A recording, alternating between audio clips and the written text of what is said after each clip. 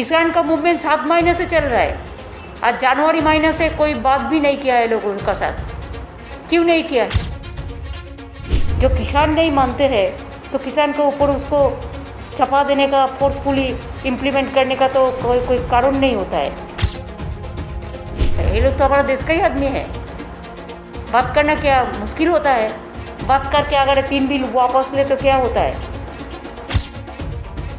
Middle age generation है, बहुत सारे मर गया।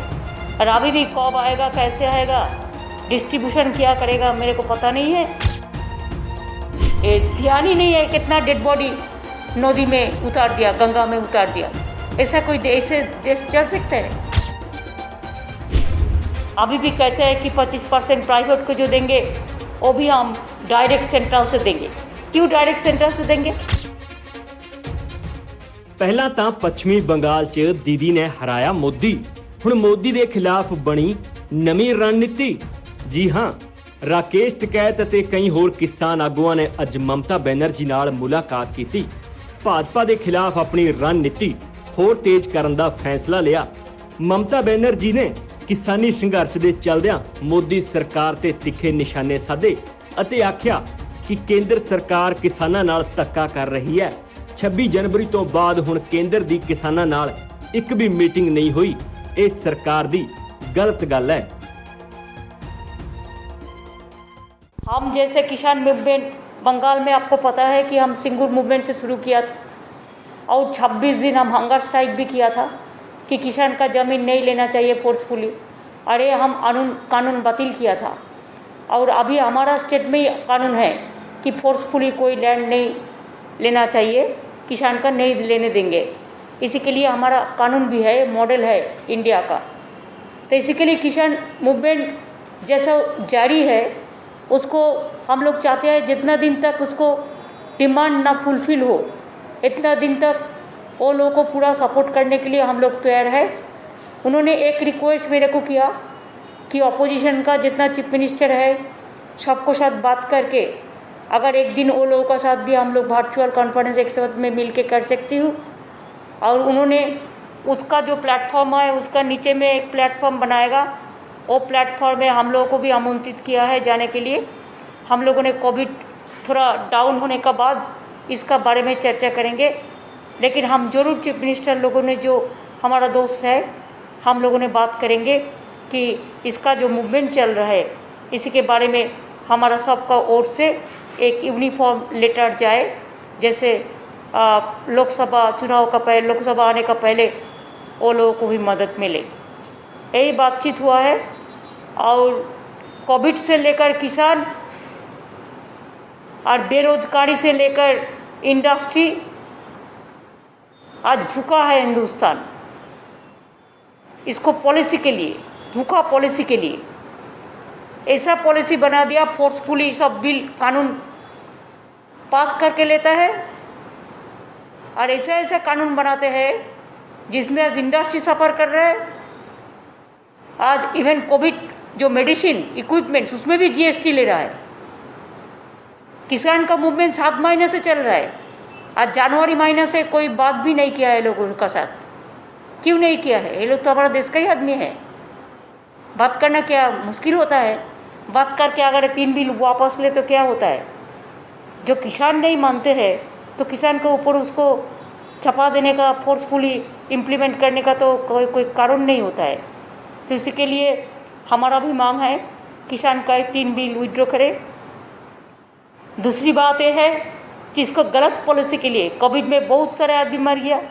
हमारा 18 to 45 ईयर्स जो हमारा अनएम्प्लॉय, जो हमारा एम्प्लॉय यंग जनरेशन है, मिडिल एज जनरेशन है, बहुत सारे मर गया। और अभी भी कब आएगा, कैसे आएगा, डिस्ट्रीब्यूशन क्या करेगा, मेरे को पता नहीं है। अभी भी कहते हैं कि 25% प्राइवेट को जो देंगे वो भी हम डायरेक्ट सेंट्रल से देंगे। क्यों डायरेक्ट सेंट्रल से देंगे? अगर स्टेट गवर्नमेंट फेडरल सिस्टम में स्टेट का है, it is a joint subject, लेकिन स्टेट का ही सबको इम्प्लीमेंट करना पड़ता। टीका अगर देना पड़ता है तो स्टेट को ही देना पड़ता है।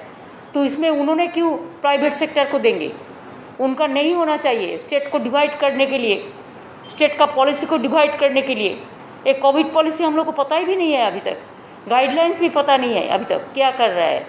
एक एक दिन जा रहा है और डेड बॉडी उत्तर प्रदेश से भसा दे रहा है और नदी में चलता है डेड बॉडी। हमारे भी बंगाल में डेड बॉडी मिला, बिहार में बहुत सारे मिला, कोई ध्यान ही नहीं है कितना डेड बॉडी नदी में उतार दिया, गंगा में उतार दिया। ऐसा कोई ऐसे देश चल सकता है?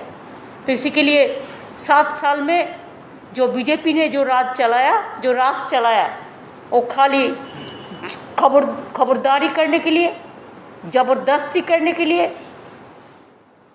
जो काला कानून है काला कानून के ले आने के लिए, किसान को हत्या करने के लिए, इंडस्ट्री को बंद करने के लिए, बेरोजगारी बढ़ाने के लिए, कोविड से लेकर किसान तक पूरा आज हिंदुस्तान आज धुक रहा है। इसी के लिए हम लोग भी चाहेंगे कि किसान का मूवमेंट स्ट्रॉन्ग हो। अनएम्प्लॉयड का यूथ का बहुत सारे नौकरी चला गया, सेंट्रल गवर्नमेंट को एम्प्लॉयज़ का अभी काम का भरोसा नहीं है, इंडस्ट्री की भी इनकम नहीं है। और अभी तो जैसा लॉकडाउन और डिफरेंट जो सिस्टम चल रहा है कोविड के लिए, देश में इकोनॉमी आज डिज़ास्टर में चला गया है। एक तो natural disaster we are facing और एक political disaster we are facing. कोई नहीं कुछ बोलता है तो उसको ऊपर एजेंसी लगा देता है, यही तो है उसका काम, और कोई काम नहीं है।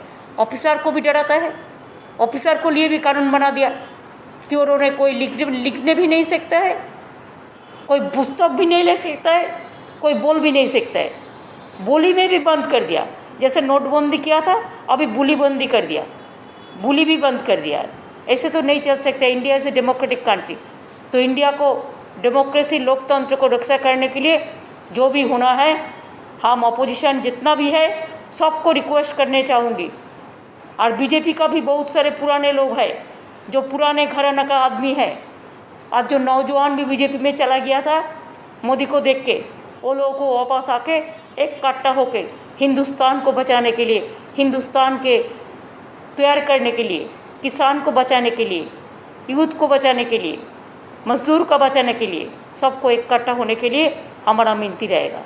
और 100 हर चीफ मिनिस्टर एक साथ में हो, फेडरल स्ट्रक्चर में स्टेट गवर्नमेंट का भी एक यूनियन होना चाहिए, जो यूनियन में एक साथ में मिलके अगर कोई स्टेट को ये लोग हैरेस करे तो और सब स्टेट मिलके उसको फाइट करे। यही मेरे को बोलना है। हमारा बहुत बहुत धन्यवाद है कि बहुत दूर से टिकिया जी अनादर लोग ये लोगों ने आया है इधर में, पार्टी का जनरल सेक्रेटरी भी बताया। तो आपका नाम थोड़ा बोल दीजिए ना। विवेक जुद्ध जनरल सेक्रेटरी भारतीय किसान जी भारतीय जनता संयुक्त मोर्चा का। तो मैंने उसको भी हमारा बंगाल का भी लड़का है, उधर भी लास्ट में बैठे हैं, सबको मैं स्वागत किया है। और बंगाल का जो भी हमारा सपोर्ट चाहिए हम देने के लिए तैयार हैं।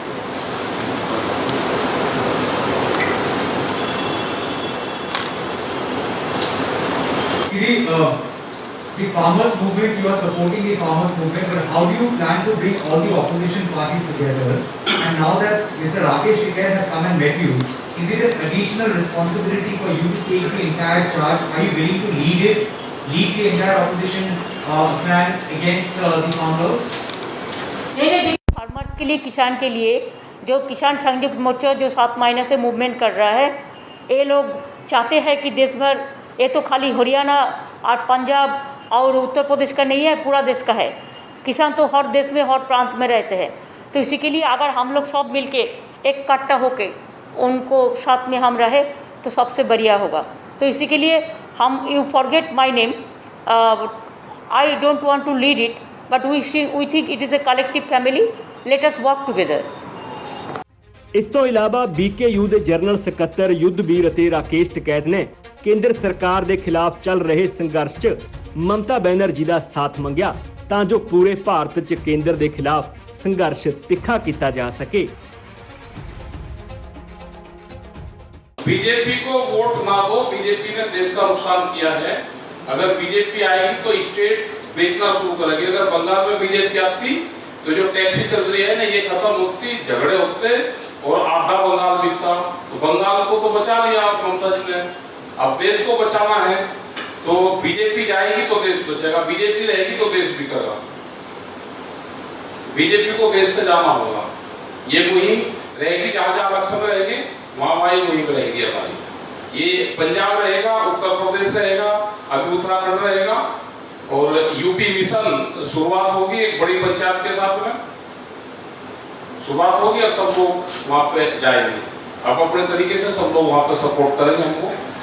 विकसित देशों की श्रेणी में जाने के लिए अपनी लड़ाई लड़ रहा था। आज वो देश विकासशील नहीं रहा, वो पिछड़े देशों की श्रेणी में भी नीचे, बहुत नीचे उसका नंबर आ गया। ये हमारी तरक्की है 7 साल की। 7 साल में जितने सरकारी उपकरण थे एक एक करके निपटा दिए गए। अब आखिर में उन्होंने कृषि पे प्रहार किया इन 3 कानूनों के माध्यम से।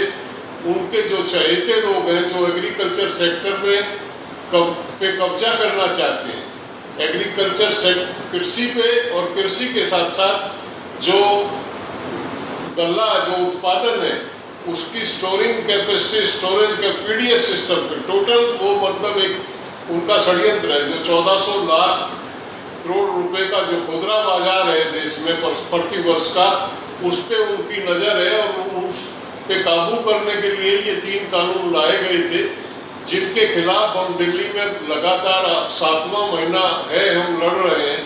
और हम आभारी हैं ममता जी के, जिन्होंने अपनी विधानसभा से ये रेजोल्यूशन पास करा के कि हम इनको एक्सेप्ट नहीं करते हैं, ये फार्मर के हित में नहीं है, इनको रिजेक्ट करते हैं। तो इन्होंने वो एकदम तुरंत वो जो रेजोल्यूशन किया उससे बल मिलता है। निश्चित तौर पे हमारा जो मोर्चा वो गैर राजनीतिक मोर्चा है, लेकिन ये भी बात तय है कि सत्ता में जो लोग बैठे हुए हैं, जो इत्तेफाक रखते हैं, जो एग्री करते हैं उस एजेंडे से, उनकी मदद हमको ताकत देती है। अनेक राज्यों ने इसमें हमारा समर्थन किया है और हम जिन्होंने नहीं किया उनसे भी आज इस प्रेस के माध्यम से अपील करना चाहते हैं। अब समय है, जो चूक जाएगा वो रह जाएगा, वो पिछड़ जाएगा।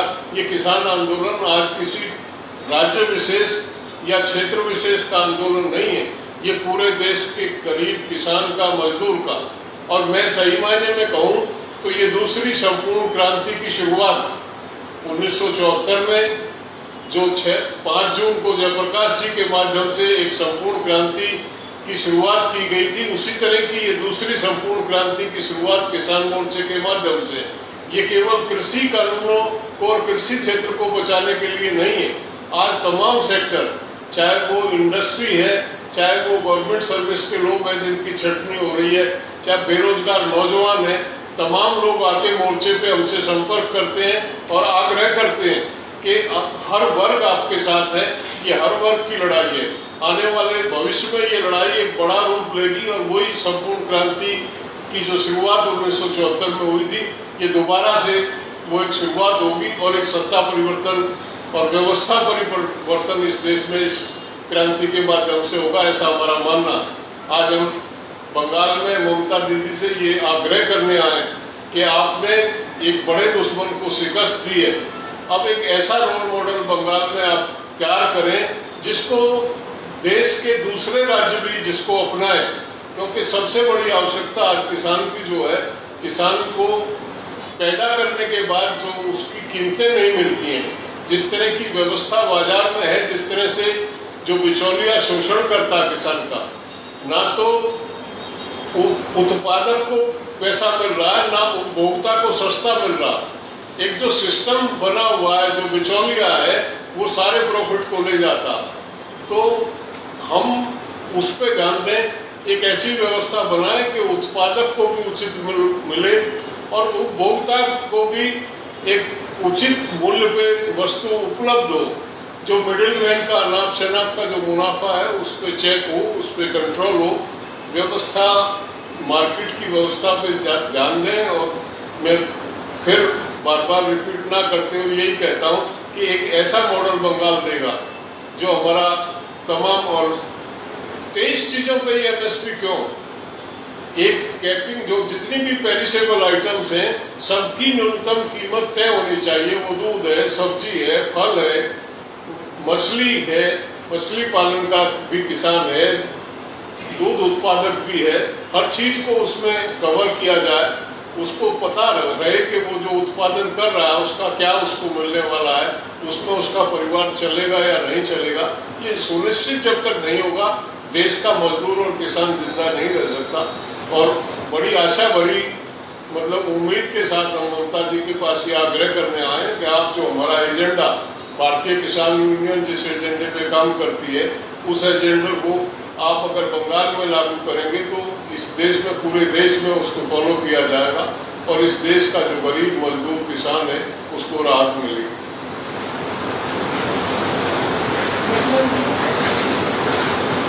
सिन्हा जी आपसे मीटिंग उन्हीं कुछ बोल रही है। देखिए, एक मैं आप लोगों से कहना चाहता था वाइडर पर्सपेक्टिव में कि वर्ल्ड ट्रेड ऑर्गेनाइजेशन जब भारत के कृषि के ऊपर चर्चा होती थी या दुनिया की कृषि के ऊपर चर्चा होती थी, तो आप जानते हैं कि दुनिया के जो विकसित देश हैं उनका बराबर जोर इस बात पर रहता था कि भारत की जो ट्रेडिशनल कृषि व्यवस्था है उसको बदलकर इसको कॉर्पोरेटाइजेशन की ओर देना है। और भारत सरकार का लगातार यही प्रयास था कि इसको हम लोग रोकें। और हम लोग का मुख्य आर्गुमेंट जो होता था वो ये होता था कि भारत में agriculture is not only a profession, एक पेशा नहीं है, it's a way of life. और आप किसानी को इस देश में समाप्त कर दो तो देश ही समाप्त हो जाए। इसलिए यहाँ के किसानी को, यहाँ के किसानों को, यहाँ की उस परंपरागत व्यवस्था को इम्प्रूवमेंट लगातार करते हुए बना के रखना। आज जिस नीति पर भारत सरकार चल रही है, तो आज हम दुनिया के देशों के सामने खड़े होके वो स्टैंड नहीं ले सकते हैं, क्योंकि भारत सरकार ने खुद ही अपना स्टैंड बदल दिया और वो देश की कृषि को कॉर्पोरेटाइजेशन की ओर ले जा रही है। तो इसलिए इसको रोकना बहुत जरूरी है। और मैं आभार व्यक्त करना चाहूँगा ममता जी का कि आज इस मीटिंग के लिए उन्होंने मुझे भी आमंत्रित किया और यहाँ पर विचार विमर्श में मैं भी शामिल रहा। और हम लोग पूरी तरह से इस मसले पर किसानों के साथ खड़े हैं। और ये जो डिमांड है किसानों का, ये तीनों जो काले कानून गलत ढंग से पार्लियामेंट से पास करेंगे उनको सरकार वापस ले और एमएसपी को लेकर नया कानून बनाए, इसमें पूरी तरह से। दस दिए कि किसानी अंदोलन ਦਾ ਅਸਰ ਹੋਣਾ ਸ਼ੁਰੂ ਹੋ ਗਿਆ, ਕਿਉਂਕਿ ਪਹਿਲਾਂ ਤਾਂ ਪੱਛਮੀ ਬੰਗਾਲ ਤੇ ਹੋਰ ਕਈ ਰਾਜਾਂ 'ਚ ਹਾਰ ਹੋਈ। ਇਸ ਤੋਂ ਇਲਾਵਾ ਪ੍ਰਧਾਨ ਮੰਤਰੀ ਦੇ ਆਪਣੇ ਹਲਕੇ ਗੁਜਰਾਤ ਦੇ ਵਿੱਚ ਵੀ ਨਗਰ ਨਿਗਮ ਚੋਣਾਂ ਤੇ ਬਿਹਾਰ ਦੀਆਂ ਚੋਣਾਂ 'ਚ ਵੀ ਹਾਰ ਦਾ ਮੂੰਹ ਦੇਖਣਾ ਪਿਆ। ਪਰ ਹੁਣ ਕਿਸਾਨਾਂ ਦੀ ਮਮਤਾ ਬੈਨਰਜੀ ਨਾਲ ਕਿਸਾਨੀ ਮੁੱਦੇ ਤੇ ਹੋਈ ਗੱਲਬਾਤ ਦਾ ਭਵਿੱਖ 'ਚ ਬੀਜੇਪੀ ਨੂੰ ਕੀ ਖਮਿਆਜਾ ਭੁਗਤਣਾ ਪੈਂਦਾ, ਇਹ ਤਾਂ ਆਉਣ ਵਾਲਾ ਸਮਾਂ ਹੀ ਦੱਸੇਗਾ। Bureau report D5 channel Punjabi. D5 channel Punjabi ਹੁਣੇ ਸਬਸਕ੍ਰਾਈਬ ਕਰੋ, ਬੈਲ ਆਈਕਨ ਤੇ ਕਲਿੱਕ ਕਰੋ।